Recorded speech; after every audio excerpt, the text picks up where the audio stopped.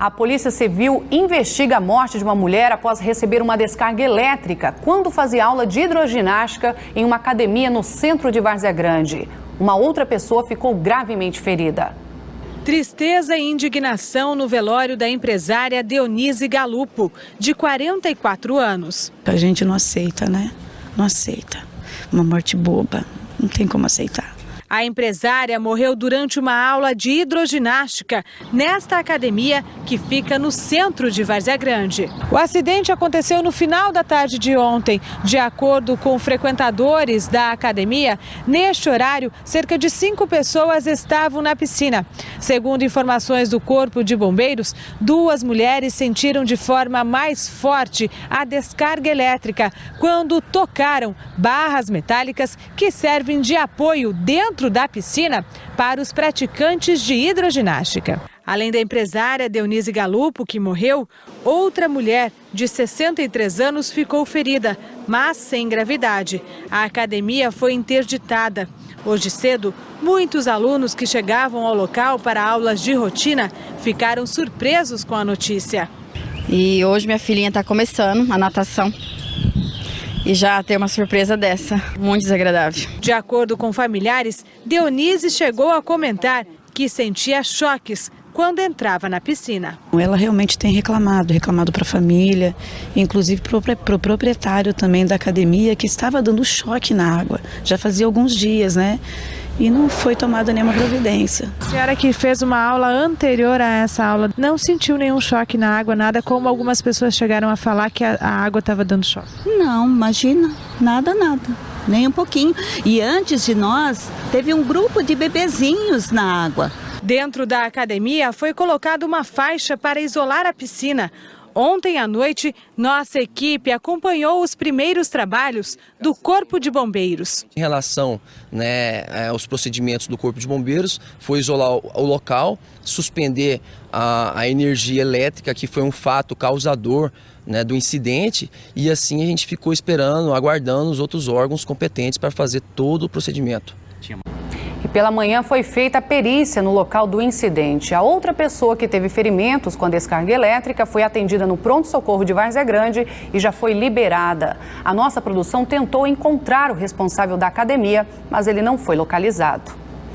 E quais são os cuidados, que as pessoas devem ter? Os professores, os alunos, o pessoal aí dessa academia poderia ter evitado esse acidente? Para explicar para a gente, nós convidamos o Danilo Ferreira de Souza, que é o professor do Departamento de Engenharia Elétrica da UFMT. Boa tarde. Boa tarde. O que pode ter acontecido nesse caso? Bom, é conhecido que a eletricidade oferece risco naturalmente às pessoas, aos animais, à instalação. E os equipamentos, de um modo geral, que funcionam com eletricidade, eles podem vir a ter falha na isolação elétrica, falha nos condutores ou falha nos próprios equipamentos. Quando há falha na isolação, ou seja, as partes que envolvem o equipamento podem ficar o que chamamos de vivas, ou seja, elas podem ficar energizadas. Então, possivelmente o que aconteceu nesse caso, não tem como dizer, isso aí seria a perícia, alguma parte ficou energizada e a pessoa tocou essa parte energizada. O que poderia evitar, a princípio, esse acidente? Em primeira instância, o sistema de aterramento adequado. Quando você tem um sistema de aterramento adequado na instalação, quando essa parte viva pode ficar energizada, o sistema de aterramento atua desligando o circuito. É uma das possíveis proteções para evitar esse tipo de acidente, o choque elétrico. Algumas pessoas falaram que antes do incidente que aconteceu na piscina, teriam sentido um pequeno choque, algo que tivesse avisando aí, olha, tem um problema grande vindo por aí. É realmente possível perceber isso? É realmente possível porque muitas vezes a falha não é uma falha direta, é uma pequena falha. Então, portanto, o equipamento pode ficar levemente energizado e o indivíduo ficar sentindo pequenas descargas elétricas. Então, para esse tipo de problema, nós indicamos aqui um equipamento. Vamos mostrar? Vamos mostrar. Bom, o que esse equipamento faz? Esse equipamento chamado DR, é o dispositivo diferencial residual. Inclusive, ele é prescrito na norma de instalações elétricas, que é NBR 5410, que ele deve ser utilizado em toda a edificação nas áreas úmidas. Portanto, nesse caso aí, era uma piscina, né? Isso. Portanto, uma área úmida. Então, um dos dispositivos que deveria estar instalado nesse circuito seria o dispositivo diferencial residual. Como ele funciona? Ele funciona ligado em série com as cargas elétricas, ele é ligado, portanto, no quadro de distribuição. E toda vez que ocorrer uma fuga de corrente, por exemplo, esses pequenos choques, ele iria atuar, certo? Mas o que ele faz? O que ele faz? Quando há uma fuga de corrente, o que é uma fuga de corrente? É como se fosse se a gente fizer a analogia da energia com a água, seria um vazamento de água. Vazamento de energia elétrica. Quando ocorre esse vazamento, ou seja, pode ser um choque elétrico, pode ser alguma árvore que toca uma parte energizada da instalação, ele desarma a instalação. E ele tem inclusive um botão, ele é ligado no quadro, para o indivíduo fazer esse teste. O que acontece? Mensalmente, o indivíduo vai, liga todas as cargas e faz o teste, aperta esse botão e vê se ele desarma toda a instalação, ou seja, se ele desliga todos os equipamentos que estão nesse circuito, ou seja, que estão ligados por esse dispositivo. Se ele desarmar, significa que ele está funcionando adequadamente.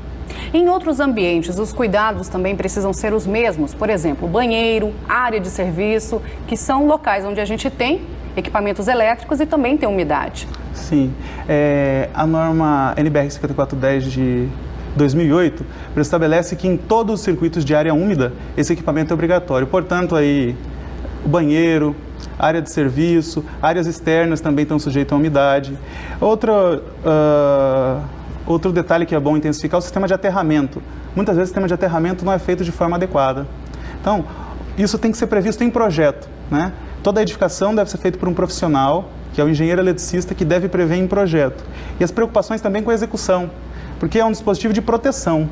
É um dispositivo que não está sendo utilizado o tempo todo. Quando ele vai ser utilizado? Quando houver alguma falha. Por exemplo, esses pequenos choques que foi dito aqui. Então, muitas vezes as pessoas não investem na proteção. Então, por isso fica a dica aqui. Um bom sistema de aterramento para evitar esse tipo de problema com choque elétrico. Utilizar o dispositivo de proteção, que é o DR. E em edificações utilizar também o sistema de proteção contra a descarga atmosférica para proteger das descargas descendentes, também estaria possibilitando evitar o choque elétrico. Danilo Ferreira de Souza, professor do Departamento de Engenharia Elétrica da UFMT, muito obrigada pela sua participação. Obrigado. Uma boa tarde. Boa tarde.